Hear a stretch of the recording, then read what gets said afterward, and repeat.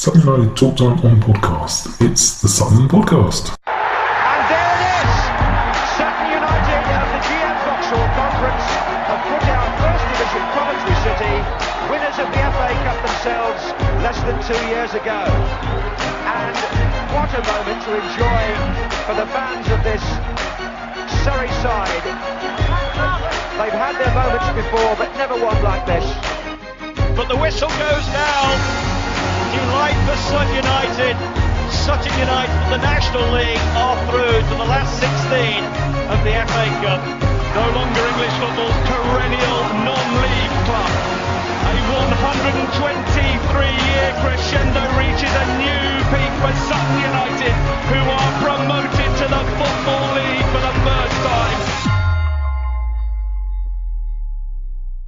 Hello, welcome to another episode of Sutton United Talk Time on podcast. It's the Sunday service and it's a mic monologue, I'm afraid.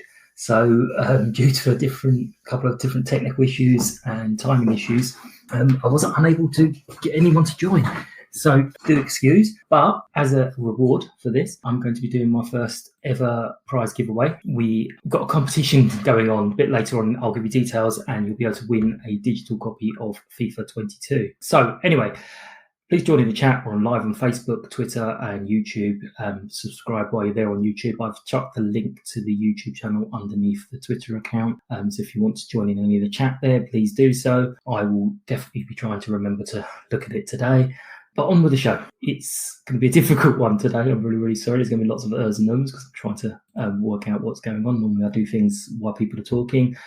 But after the different things I wanted to talk about, it just kind of popped up on my Facebook memories that today is 5 years since the Arsenal match. So I wanted to have a little just remiss about that. There's no one to stop me, so I do apologise, but I will go for it anyway. We've mentioned before many times the whole cup run was an interesting time for us. We were in the National League probably at the time, we sort of lower National League, upper levels of National League South, we thought we should be in. But a nice little cup run was what we always wanted. And we obviously had the great Wimbledon match, the Leeds match, which was brilliant. And then the as I said on my status, it got switched up to 11. And the Arsenal game was absolutely insane. Just remember there was so much coverage on TV. There was stuff going on all the time. We had different members of staff. I remember hearing that loads of people, obviously volunteer club, everyone taking up annual leave to be able to do different things. I think Tony Dolbear took up a load of holiday to do all the press promotions and so on. So it was just really, really insane. Obviously, there were a few things that we'd learned from. We have mentioned fairly recently the ticketing situation where we kind of were all told just to wait. There's no point queuing for hours and hours. There's loads of tickets. And then all of a sudden there wasn't loads of tickets. I remember Wayne walking down the aisle counting people to make sure there was enough tickets. And I kind of pointed out to him that there's no point counting heads because several of the people in the queue was buying tickets for others as well, because I myself was in the queue with 2 season tickets. So I was hoping to get 4 tickets, and that didn't happen because of the shortage. Obviously, the club has learnt from that and things changed. But at the time, it was a bit stressful. So I was quite pleased to have got my tickets at the time. There were other things in the build-up that perhaps were not best thought out. We had a change of sponsors, which at the time I was quite aggrieved because we obviously had Gringo Waste as our sponsor, and I felt they usurped. I did find out afterwards that they were quite on board with it. But the choice of sponsors, being the Sun, was not the best in the world. We took a bit of backlash on that. I think we lost a lot of goodwill on that one. But you know what? We learned. It wasn't. We're not a big club. We're not there doing things deliberately, and we just didn't think of the backlash. People needed to remember that. But I do remember the build up being really, really interesting. Strangely, the high street of Sutton didn't really get that much behind us. I think Project Store was the only store really that did. Sheen got massively into it, which was brilliant. But it was nice, sort of being out and about, wearing my scarf, my hat, and so on. And the build-up in the town, seeing people, them saying, "Oh, you Sutton supporter," so they knew the colours, which was a big change from previous forever. Whenever you walked around wearing any of the Sutton colours, it would be people like, who's that? And you say Sutton, and invariably the answer was who. But it was really, really nice change. I used to pop into the bakery every day, and the fella in there used to have a little chat with me about the cup run, the game coming up, and so on. Well, having gone through my tickets, the actual day eventually came round, seemingly forever, and made my way down to the ground quite early. Had a nice, strange feel to it. There was people outside the ground with like replicas of the FA Cup, which I got a picture of. It was just a whole strange atmosphere. I got there early to get to my normal FA Cup spot. The reason I had that FA Cup spot is we were heading for a draw against Forest Green Rovers in one of the early rounds, I think the preliminary round. And as I was kind of not leaving early, obviously, but I was walking my way around to the gate and kind of got just ahead, a couple of steps ahead of the first post from the curver. And Rory hit that beautiful shot, went in, which meant we won and we didn't have to go to a replay. And I sort of stood there thinking, right, I might just stay in this spot now. And that's pretty much the spot I managed to get for almost every match along the run. The only one that I couldn't get to is when I got to the ground over an hour early, which back in those days was ridiculous because there's no point getting there that early because the place was empty. But I got there an hour early and it was already 3 deep, so I couldn't quite get to my spot. And people were very unwilling to move out of the way just so I could stand in the right spot. I maintain that is why we didn't win the match. So if anyone was standing in my spot and they're listening, it's your fault because you wouldn't let me stand in the right space. But anyway, whatever. I remember kind of sort of people asking, saying, "Oh, how are we going to spot you? How are we going to spot you?" Because lots of people all of a sudden were very interested in getting onto watch it on the TV, and they all decided that they were going to look for me wearing my stupid beanie hat, the yellow beanie hat. Did try and point out that I wasn't the only one wearing a yellow beanie hat, but they decided they were going to find me on TV to watch the beanie hat. Because that's where they saw me with the Leeds game. I was stuck there and I got caught on TV with my bright yellow beanie hat. And it was just as well I had my new spot because when I got there, the BBC had taken over the entire curver area. And I wouldn't have been able to get to my normal spot anyway, so I would have definitely had to sulk about that. But still, it was, a whole bizarre day, really, really strange atmosphere. You see Arsene Wenger walking along Gander Green Lane, all these big names. And I'll be honest, I'm not massively into Premier League football, so I didn't really know many of the names. I did know a couple of them, but I didn't know a lot of the names. My nephew Josh was with me at the time, and he did know quite a few of them. But yeah, they were obviously too good for us, obviously. But Arsenal were weak at the time. There was a lot of the Wenger out conversations going on at the time. And we were kind of getting at them a little bit, and Rory just absolutely took this beautiful shot. And if I'd been standing in the right spot, I would have been able to give it a little, and it would have gone in. Probably not, but it just rattled that crossbar, and to this day, if that had just dipped in, we were still 2-1. We'd have been 2-1 down, but I think we would have got at them, and I think we would have absolutely terrified them. A little bit. It would just lifted the whole ground. Everything would have been really, really just huge. It didn't happen. I remember one player I had heard of coming on, Sanchez, and big sort of cheer came up, and Wenger said afterwards that he sort of put him on for the occasion. I remember watching TV interviews afterwards and seeing this lovely little smile on Wenger's face when he was asked about the changing rooms. It might be beforehand, I can't remember actually, but he was asked about the small changing rooms, and he was like, no, this is football. This is what he expected from clubs. So it was, just an amazing day. But then the phone started buzzing in the pocket, and messages of things like, "Oh, your keeper is a legend. What's going on? Ha ha ha! He's so funny." And I'm like, "What the hell are they talking about?" And then get home, and instead of Sutton ran Arsenal close, and wasn't it amazing with Sutton? Oh, there was a pitch invasion, which was annoying as well, because obviously we didn't get to have the players come round so we could applaud them. But yeah, there was a bit of an aftermath with Pygate and Wayne. He obviously was caught on the sidelines eating a pie. Again, this comes down to our choice of sponsor. I had seen it in the papers a few days before, and I thought it was a bit rude that some of the bets they were putting on them, especially they were our partners. Some of the bets they're offering, like things like dog running on the pitch or the goalkeeper eating a pie, which is obviously he's a big chap, so it was all ha ha ha, isn't it funny? Which I kind of thought that's a bit dismissive as us at the time when I saw them. Realised afterwards that clearly someone had put the idea in his head for a laugh. He then went on to that awful Piers Morgan bloke who found it hilarious and got him to dig a hole even bigger for himself. From that, it was quite obvious that someone had said something to Wayne about that. Oh, it's all right. It's people only get the back of their match fee. It's fine. Or the ticket price, which I think was 40 quid, if I remember correctly. But it came under the realms of obviously match betting. So there was a lot of problems. It brought a lot of problems into the club. I mean, it did bring a lot of unwanted attention about. I mean, we wanted to talk about how great the players were, but even now, if you type Sutton United into any of the search engines, within a few returns, you're going to get about the pie. Wayne obviously left the club. The club got a lot of grief about that. He was subsequently charged and banned from the FA, and unfortunately, I mean, he's a nice bloke. Unfortunately, he had suffered from depression for quite a while afterwards. I think it was 6 months or something. A lot of people were saying, "Oh, well, once the bet was there, he couldn't win or lose because if he didn't eat a pie, it'd also be doing it." Well, of all the games I've ever seen Wayne on the bench at Sutton United, not once have I ever seen him eat a pie. So pasty, as he said. So yeah, it was disappointing. I do think that someone sort of was just telling him how much of a laugh it would be, and Wayne loves to laugh. But yeah, 5 years ago today, fantastic time for us as Sutton supporters, little club.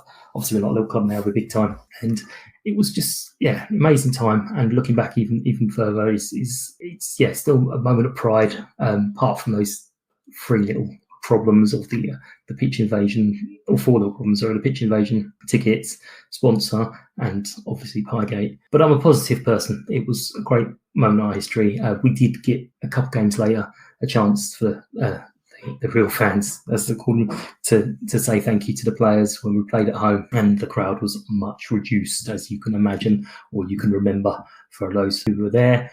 It has picked up a lot of people. We've spoken to a lot of people who we came to their attention because of that cup run, and they started supporting us very shortly afterwards.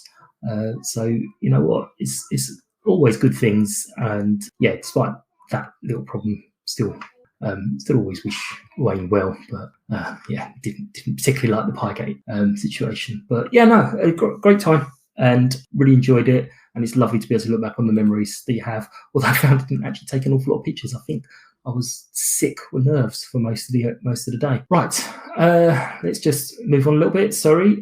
Right, as I mentioned, there is a chance to win a digital copy of FIFA 22. This is a code for either PlayStation 4, 5, Xbox One, X and S. I have no idea what that is, or PC. This is probably my first ever collab. You would have seen me put out a tweet earlier in the week asking for contributors to FIFA scouting, and you can just contribute your thoughts and updates, and there's a whole little sort of ream of things. I don't have any time to do that, but they agreed that if I put out the tweet, so they'd give me some copy of FIFA 22 to give away. So that is, well, they said I could have it, but I said I was going to give it away because I've already got it.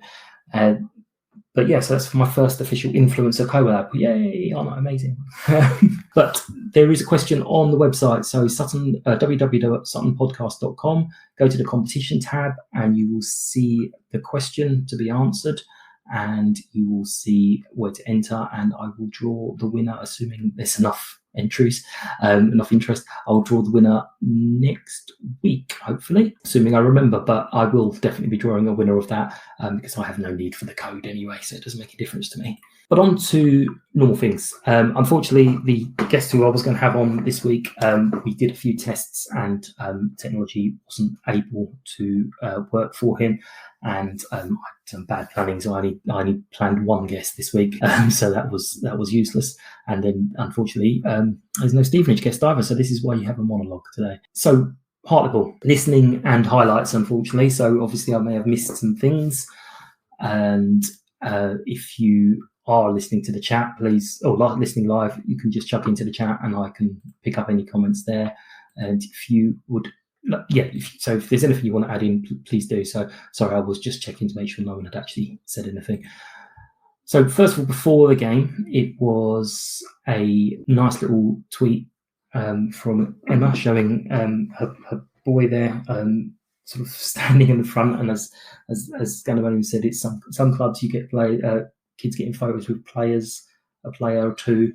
And yeah, he had the whole squad was there, actually standing behind him, smiling for the photo, which was a really, really nice one to see. And it's just shows this club is so special, it's so wonderful.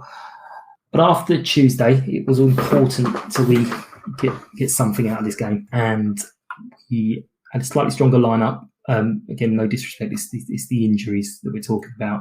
We're talking about stronger, and we kind of wondered how it was going to go. Keep things tight, obviously, and then Joe Kizzy scored a brilliant header from corner after, I think it was timed 128 seconds, I saw, which is, you can't ask for much better than that. The only thing I would like to know is, Joe Kizzy, if you're listening, what the hell is that GIF all about? If you haven't seen it, please go to Twitter and have a look at the GIF of Joe Kizzy after he celebrating his goal. Not celebrating his goal, the club puts out the GIF. But yeah, that requires an explanation, I think. First half, we kind of was all over it. We had a couple of good chances. There was one where Omar I think they were saying, just needed to stick his nut on it, and he tried to chest it for some reason.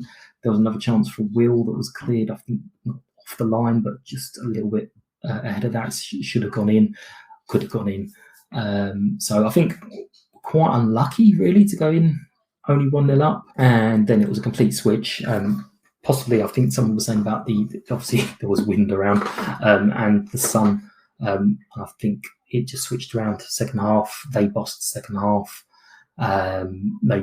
They scored a good goal and had another couple of good chances. There were other half chances for us, but I think overall the consensus of opinion is that we had the first half, they had the second half, and the draw was a fair result. Yeah, draw was a good point for us. They good side at home. I think they had one of the best home records in the country at some point. So it's not a bad point at all. It's a really, really good one and important, especially as we did just lose on Tuesday for the first time in ages. Some people will look at the form table and suddenly we've gone from being right at the top to a bit further down now because we've had 5 draws and a defeat in the last 6.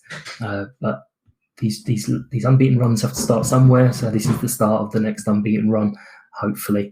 I did ask for a have your say, and I didn't get a huge amount of feedback on there from my wonderful gift myself. But Ryan Young on Twitter said we probably scored too early, but absolutely would have taken 4 points off the other newly promoted side if it was offered. So obviously we don't get those offers, but absolutely good result. And again, yeah, we've not been beaten by them this season, so we just move on to the next one. Really important. We've got minutes in the legs. No further obvious injuries. Obviously, you don't know what's going to happen until the guys turn up again, but it seems there was no further injuries. It gives us a chance now with no midweek game to rest and hopefully get some bodies back. Some more days to just get in there and get ready for Scunthorpe. Not really a lot to say about Scunthorpe. We had a draw with them early in the season when we were going for our own tricky spell where we couldn't seem to get any results for love nor money. They are bottom of the league and they are adrift. I think there's 7 points from safety, and that's Oldham who are suddenly flying. I know we've got to play them soon, so that's going to be fun. But it's one of those games where, being Sutton United, we look at that and you're like, oh, they're bottom of the league. We should do that easily. We're flying. Yeah, it's the kind of game that we end up losing, but hopefully not this time. A bit more on it this time, and let's just do it early, get it done. Win the game, move on to the next one. But it's important that we do get that result against them. I think then we have another week to Rochdale, which would be just huge for us at the moment. With just these 2 games in these next 2 weeks is going to be absolutely huge for us because it just allows us to get back the bodies, as I said. I know I'm repeating myself, but it is just so important to start getting everyone back on the training ground, fit in the team. So people can start having rests. So yeah, there's not much more to say on that, really. I mean, I know they're having a torrid time. Possibly why I struggled with a couple of Scunthorpe fans and so on that just had no interest in coming on at all. But hopefully we'll put them to bed and move on. So just very, very quickly, and again, this may be controversial because I didn't actually get to see the match, so I'm only going on what I listened to and the highlights and different reasons. But the pod nominations, I've gone for Joe Kizzy. It is for the goal, not the GIF, but could have been for the GIF as well. But Joe Kizzy for the goal. Ali for getting through another match when, again, possibly could do for the rest. Poor fella. Omar for leading the line, battling up front, just doing what he can, and to plan that lonely fire out there. But Omar, another great performance. And I thought Louis as well, because again, it's only recently he's come back in from an injury. Could have picked a couple of others for similar reasons, but the four I've gone for this week is Joe, Ali, Omar, and Louis. And the poll will be on Twitter as normal. So please vote. Don't let it go to a draw, because that don't really know what to do there. So that is really it for this week. It's been a bit of a shorter one, but I'm sure it's seemed a lot longer having to listen to just me. Don't forget, there is that competition. As I said, it's on suttonpodcast.com. Go to the competition tab. It's in the menu. And just answer the question. I have given the answer in the question, in the podcast, sorry. Digital copy of FIFA 22, and for pretty much any of the standard things. I don't think it's for Android or Switch or anything like that, but it's any of the sort of major consoles. Please give us any feedback at Sutton Podcast on Twitter, Facebook, as I keep saying, Instagram and TikTok. I don't really do an awful lot there picture-wise. Give us a shout out. Any comments, Mike at suttonpodcast.com. Thank you for listening, as always. Please do tell your friends to be bored with this podcast, especially if they support Sutton. Listeners are growing. Hopefully I'm getting a little bit better at it. This week aside, I do apologise. I said loads this week. I really am sorry. As I said, thank you for listening. It's been a pleasure, as always, to talk at you this week. And I will see you again on Tuesday, where I have an interview with someone from the back team of the club, or will be revealed on Wednesday when I release it. Sorry, not Tuesday. I'm thinking of Tuesday because it's Tuesday, and I keep having that in my mind. You will see that joke a lot on Tuesday. Take care. Thanks a lot, guys. Bye-bye. United!